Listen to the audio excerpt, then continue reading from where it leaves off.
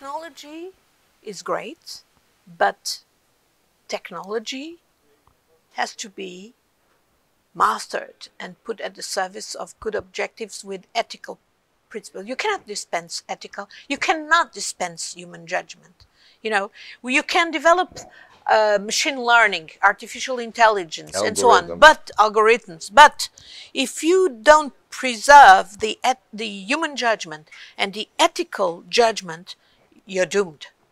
We are doomed. Okay, you say we need ethical judgment, human Absolutely. judgment. I mean, I always Why? cite this colonel of the Russian army, who was the one in charge of the nuclear buttons. And one day he saw some alarm that suggesting that the Americans had launched. He pushed. He didn't push because he thought even if the machine was telling him that there was an attack by the US, he didn't push the nuclear button, and he saved the world from a nuclear war.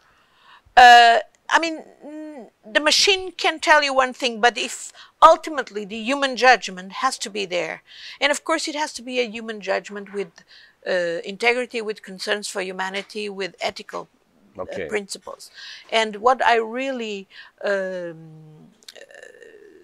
will do more than ever is to indeed fight this notion that you can only rely on the machines and dispense with ethics and dispense with human judgment. Europe is in the forefront, having passed the GDPR. I'm very proud to have been one of the members voting for the GDPR, the General Data Protection Regulation. Exactly. Unique in the world, unique. It's the only universal standards you have to indeed ensure data protection and privacy protection of the privacy of citizens. I'm not saying it's perfect. It has definitely many things to be improved as we go along in the application. But it's the first time that the world has this kind of regulation, and it's the model for other parts of the world. Even California recently passed. So this is exactly the kind of powerful, crucial role that Europe can play. And this cannot be, again, it's about human rights, it's about the rule of law, it's about governance of technology, namely of the digital, and it's about not dispensing the human judgment and the ethical judgment. Okay. My question is then, you focused very much on the human judgment. What is a human being? Well, I think those of us, animals on the earth, who can think and have emotions.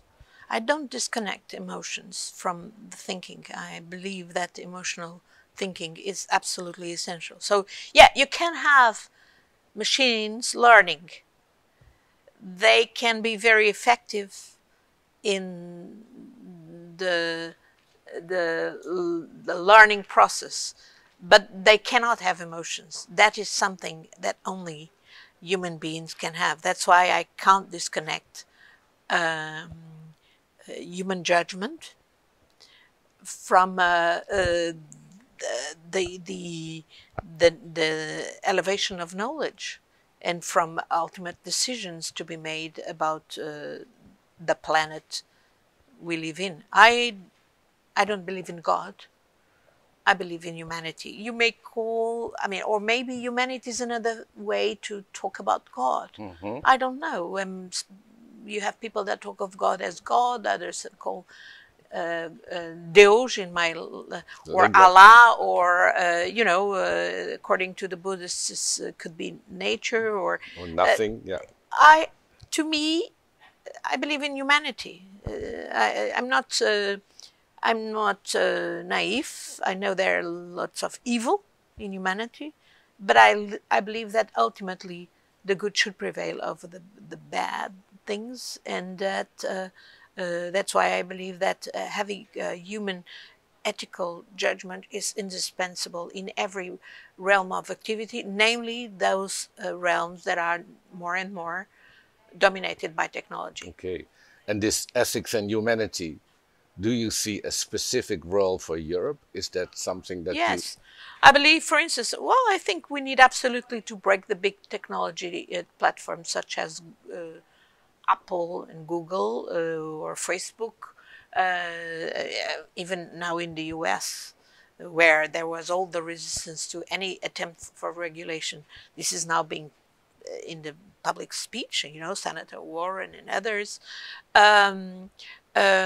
Taxation is a crucial element where indeed European governments could make a hell of a difference at the global level, not just for Europe, if they would act, namely to break these potentates that can come out of these incredible developments of technology, but for profit, with only profit and power projects of a few individuals, without indeed ethical considerations of the whole humanity, and even of the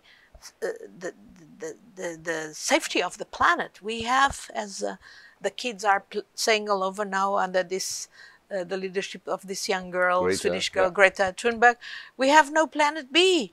We have to save this planet. Yeah. We cannot continue to allow development of cryptocurrencies and things like that that are also schemes of crookery and who depend on huge consumptions of energy. That cannot go on. We need ethical, sensible human judgment. Okay. Well, your dream of Europe is a Europe where everybody can exercise this ethical human judgment. Yes. That's Europe, a democratic process. Europe can do that. I'm sorry to say, I don't see that kind of judgment coming from a power as China in this moment. I don't see it coming from Russia under Putin. I don't see it. Not that there are not great people in China and Russia fighting for that. I mean, I just mentioned the demonstrators in Hong Kong. But I don't see them prevailing at this moment. I don't see, and even echoing these concerns and these values. I don't see them in the US in this moment under the Trump disruptive leadership. Again, not that I don't feel that there are lots of people that I don't absolutely need to be connected with all these people in the US who can be crucial in indeed changing things. But I see that at least in Europe, despite all our contradictions, despite all the divergence between our practice and our rhetoric and our practice, as we see, for instance, look at the Mediterranean being transformed into a huge cemetery. What a shame. Nevertheless, in Europe, everybody will refer to the European treaties, to human rights, to the rule of law, to basic dignity. Those references are enshrined in our constitution, not just the European constitution, which are the treaties, the Lisbon treaties, but also the constitutions of all the member states. And we need to indeed demand that this be respected. We cannot abandon that crucial question. So this is this was the achievement of all the historical process in Europe, with all the wrong, awful things, tragedies, losses, lives lost, but also with all the liberation that comes from realizing that it cannot happen anymore. Okay, so your narrative is very clear, rooted in the European history, events, in good and bad events, but finally that we have such a strong foundation of human rights in law, in countries, in constitutions. And this is a real European asset. Yes, but of course Europe must look at itself and see the contradictions, see the inconsistencies, see the incompleteness. I mean, I don't think that Europe will thrive if it doesn't move into completing the euro with a union of transfers, with the banking union, with the assuming of a genuine solidarity, and with, of course, making its practice in all areas, including security and defense, indeed deliver, not just to European citizens, but to global security. We have a long way to go. I'm not being naive and Euro-enthusiastic about Europe. I believe that a true Europeanist has to be Euro-critical. I don't want, I normally say in Portuguese, I don't want Euro beatus. You know, Everything is good. those who just critically just echo that everything is right. No, I believe Europe will only succeed if indeed it pays attention to its critical citizens at all levels. So that's a very nice extra asset of Europe. That part of the European dream is the Euro criticism that Yes. we always incorporate in Yes, our in our dialogues. action. Yeah. And you see movements, they can be, you cannot allow that movements, for instance, Gilets jaunes in France. Many of their claims were perfectly legitimate, as Macron recognized. But why not to hear them before? Why not have acted instead of allowing them to be taken advantage of by the extreme right wing and by the extreme left with an anti-democratic, anti-European purpose? So here you mentioned also that we have to improve our democratic participation. Absolutely, yeah? Absolutely. And this depends on the European institutions, but it depends as well on the citizens. I'm going back into civil society, and I want to be active exactly to demonstrate that I'm not with less power in working in civil society than I was as member of the European Parliament. As member of the civil society, I have a lot of power. I have a lot of knowledge. I can make a hell of noise. I can demand that my European parliamentarians or my national or European government be accountable. I can do a lot. So we cannot have passive citizens. Exactly. So that's the dream of an active participation. Yeah, absolutely. So it requires active citizens, participating citizens who get together, who find platforms, and these platforms may be political parties, but political parties don't exhaust all possibilities. No. You have plenty, NGOs, think tanks, academia, citizens groups. We have all opportunities, and thanks to these technological developments, we have now new ways to get together, to create platforms for demanding accountability, for exposing the corrupt, for proposing the right approaches, the right ways to address the problems. Well, that's also a very great perspective.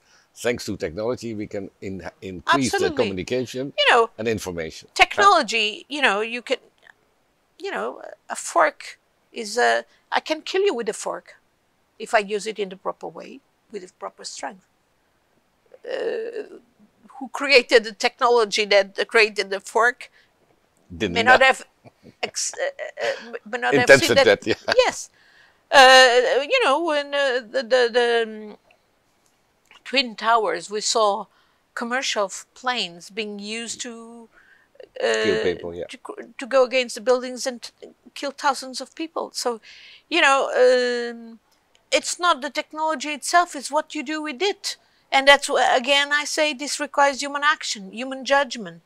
Okay. How you use that technology and what are the limits of the use of the technology. I don't think we can dispense with ethics and human judgment. Okay, well, we have a very coherent story from you, Hert, about this the center of humanity and ethics in all aspects of Europe as a sort of golden place for Europe, for the whole world, to establish more by following the law, following the human rights in constitutional ways, not only in individual actions.